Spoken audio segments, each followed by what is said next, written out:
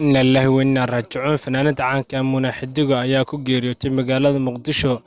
taasoo ahayd fanaanad qaran runtiina dadka Soomaaliyeed aad u taageeri jireen inkastoo ay social media ku badneen laakiinse Muna Xidigo ayaa ka mid ah fanaaniinta loogu jecel yahay magaalada Muqdisho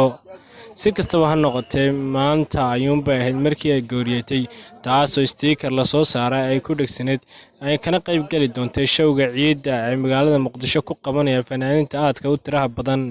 si kastaba ha noqotee Muna Xidigo iyo sidoo kale fanaaniinta hadda jooga iyo fanaanada dhimatay ee Muna Xidigo ayaa tacsi u diray fanaaniinta sidoo kalena fanaaniin aad u tiro badan ayaa tacsi u diray